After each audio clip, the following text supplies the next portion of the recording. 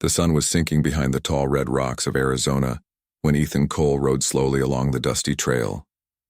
He was a quiet cowboy, a man who spent most of his days tending his cattle, fixing fences, and living alone on his ranch miles away from any town. The desert was his home, and though life was hard, he found peace in the silence of the open land. That evening the sky turned shades of orange and gold. Ethan was guiding his horse home when he suddenly heard something faint, a soft, broken cry that didn't sound like any animal. He stopped, listening carefully. The sound came again, weak but clear. It was the sound of a person, a child maybe. Curious and worried, Ethan dismounted and followed the sound down into a narrow canyon.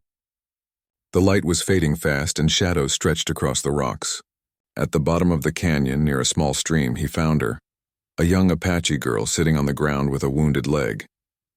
Her clothes were torn, and her face was streaked with dirt and tears. For a moment she looked at him with wide, frightened eyes.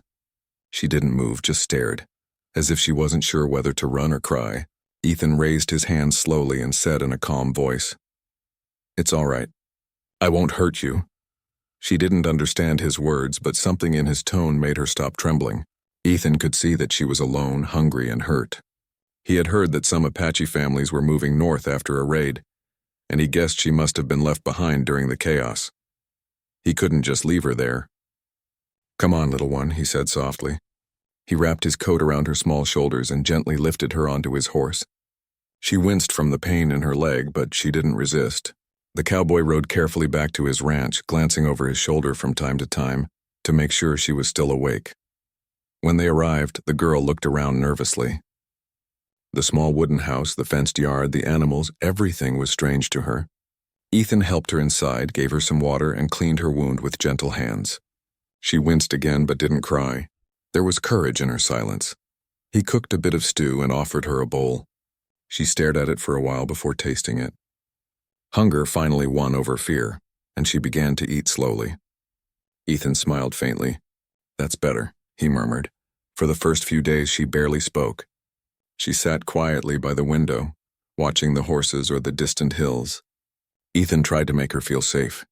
He brought her a clean blanket, taught her how to help with small chores, and even showed her how to feed the chickens. One afternoon, while fixing a broken fence, he heard her humming softly. It was the first sound she had made since he found her.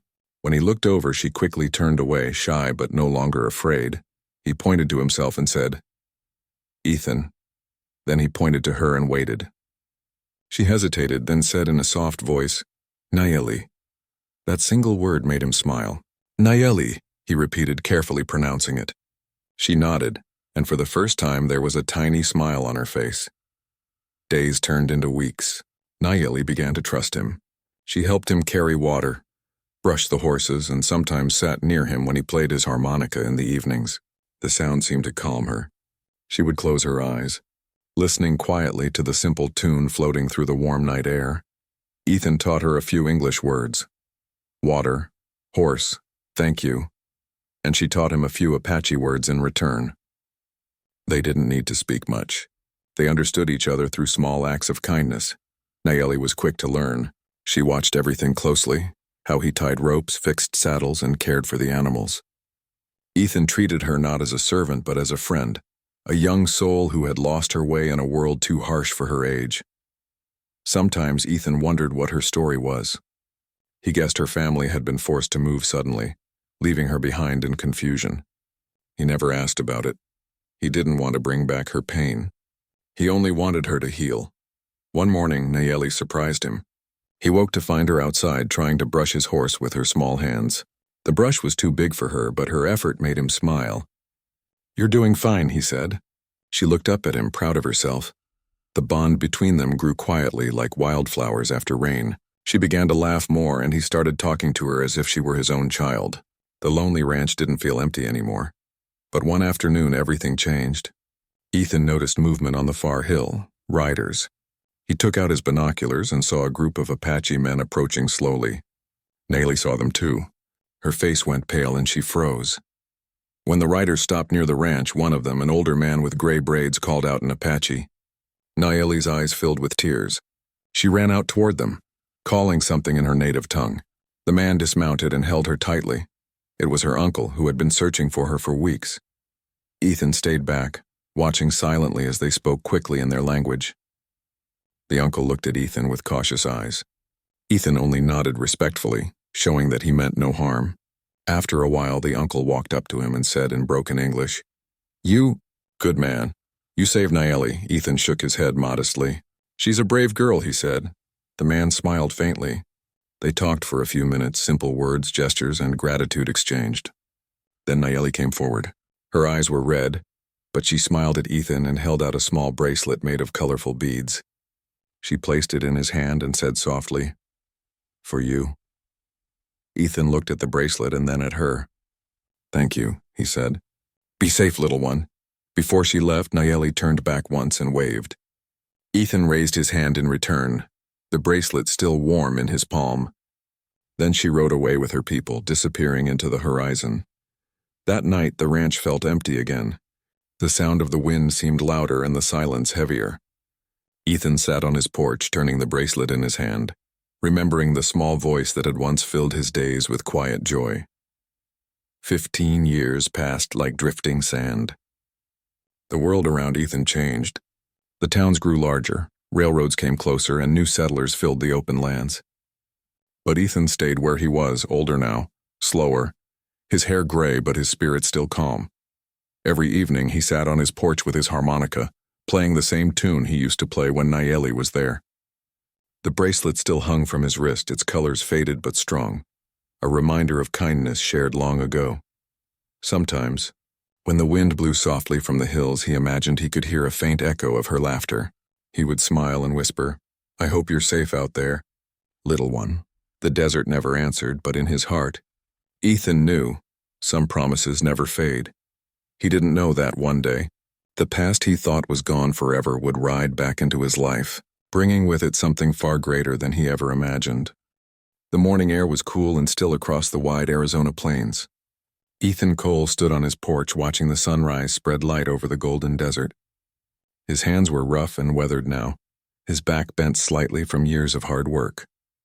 The ranch was quieter than ever. Most of his cattle were gone, sold off long ago. Only a few horses remained, old friends he couldn't bring himself to part with. Life had grown slower, but Ethan didn't mind. He had made peace with solitude. Still, some days his mind wandered back to the little Apache girl he once saved, Nayeli. 15 years had passed, but he remembered her laughter, her shy smile, and the sound of her soft voice saying his name. He looked down at his wrist where the beaded bracelet still hung. Its colors had faded, but not its meaning. Every thread in it told a story of kindness, of a promise, and of two lives that had crossed by fate. One afternoon, Ethan was mending a broken fence near the edge of his property when he heard a distant sound, faint but steady, like thunder rolling across the desert floor. At first he thought it was a coming storm, but the sky was clear. The sound grew louder, and he realized it wasn't thunder at all. It was the sound of hooves. He shaded his eyes and looked toward the horizon. Dozens of riders were approaching, dust rising behind them in long trails. Ethan's heart began to race. He hadn't seen a group like that in years. He reached for his rifle, not out of anger but caution. Times were uncertain, and strangers in large numbers could mean trouble. The riders came closer. As they neared, Ethan saw the colors of their clothing and the symbols painted on their horses. They were Apache, strong, proud, and silent as they moved. At the front of the group rode a tall woman with braided hair and feathers woven through it. Her face was calm but fierce, her eyes sharp and steady. Ethan stood still, his rifle resting against his shoulder. When the woman dismounted and began walking toward him, he felt something strange, a quiet pull in his heart. There was something familiar about her. The woman stopped a few feet away. For a moment, they simply looked at each other. Then she smiled, a slow, warm smile that seemed to carry years of memory. "Ethan Cole," she said softly. "You haven't changed much." Ethan blinked. Her voice, and he knew that voice. "Nayeli," he whispered. She nodded. "It's me," he stared in disbelief. The little girl he had once rescued was now a strong, graceful woman, dressed as a respected leader. Around her neck hung beads of many colors, the same pattern as the bracelet she had once given him. "I never thought I'd see you again," Ethan said, his voice thick with emotion. Nayeli smiled gently. You once saved me when I was lost. I promised I would return someday. And I keep my promises. Ethan felt a lump rise in his throat. You've done well for yourself, he said, looking at the riders behind her. You lead them now? She nodded proudly. Yes, they are my people and my family, my tribe. We have faced many hardships, but we are still here. Ethan nodded. I'm glad. Nayeli looked around the ranch, seeing the old fences, the worn barn, and the tired horse near the gate. You've taken care of this place all alone? She asked softly. For a long time, Ethan said with a small smile. It's quiet, but it's home. Nayeli turned to her riders and spoke to them in her native tongue. They nodded and began setting up small tents near the ranch, tending to their horses. Ethan watched, a bit puzzled. What are they doing? She looked back at him and said, We're staying here for a while. We're traveling across this land to make peace, to protect what's left of our home. But before we move on, we'll help you. Help me? Ethan asked, surprised. Nayeli smiled again. You once helped me when no one else would. Now it's my turn. Over the next few days, the quiet ranch came alive again. The Apache men repaired fences, cleaned the barn, and helped gather hay. The women cooked food and sang softly as they worked. The children ran around laughing, playing with Ethan's dogs, their joy echoing across the empty land. Ethan couldn't stop smiling. His once lonely ranch was filled with laughter, movement, and warmth. He hadn't realized how much he had missed the sound of people's voices. At night, they all sat around a campfire. Nayeli translated stories from her people, and Ethan told simple cowboy tales in return. The stars above were bright and endless, and for the first time in years, Ethan felt young again. One evening, as they sat near the fire, Nayeli told him her story. After leaving his ranch all those years ago, her tribe had faced many struggles, sickness, hunger, and loss. But she had remembered Ethan's kindness. She said it gave her hope and strength to help her people survive. I told them about you, she said softly, about the cowboy who didn't see an enemy but a child in need. They listened. They remembered. Ethan's eyes glistened. I just did what anyone should have done, he said. Nayeli shook her head gently. Not everyone would have done it. That day you changed my life. There was silence between them, filled only by the crackle of the fire and the whisper of the wind. Then Nayeli reached into a small pouch and pulled out another bracelet. This one newer, brighter. This is for you, she said. The first one was from a child. This one is from a leader, from someone who never forgot. Ethan accepted it with trembling hands. Thank you, he whispered. The next morning, the tribe began preparing to leave. Their journey was long and they couldn't stay forever. Ethan stood beside Nayeli as the horses were saddled. He didn't want to say goodbye again, but he knew it was time. Before mounting her horse, Nayeli turned to him. Ethan, she said, you gave me a chance at life. Because of you, I learned that kindness can change everything. Now I live by that, Ethan smiled faintly. You didn't need me for that. It was already in you, she shook her head. Maybe, but you reminded me. For a moment, they just looked at each other, the old cowboy and the woman who had once been a frightened girl. Then Nayeli took his hand and pressed it to her heart. Kindness never dies, she said softly. It always finds its way back. Then she mounted her horse, gave a gentle command, and the riders began to move. The sound of hooves filled the morning air once again. Ethan watched as they disappeared over the hill, their figures glowing in the golden light of dawn. He stood there for a long time, his heart full. The land around him was quiet again, but it no longer felt empty. He looked down at the two bracelets on his wrist, one old, one new, and smiled. That evening, Ethan sat on his porch with his harmonica. As the sun dipped behind the hills, he began to play the same soft tune he had played years ago for a scared little girl. But this time the music carried further, rising into the sky like a gentle prayer. He closed his eyes, imagining Nayeli somewhere out there, hearing that familiar melody carried on the wind. And though she was far away, Ethan knew their bond would never break. Sometimes, fate brings two souls together for a reason, to heal, to teach, or to remind the world that compassion is stronger than fear.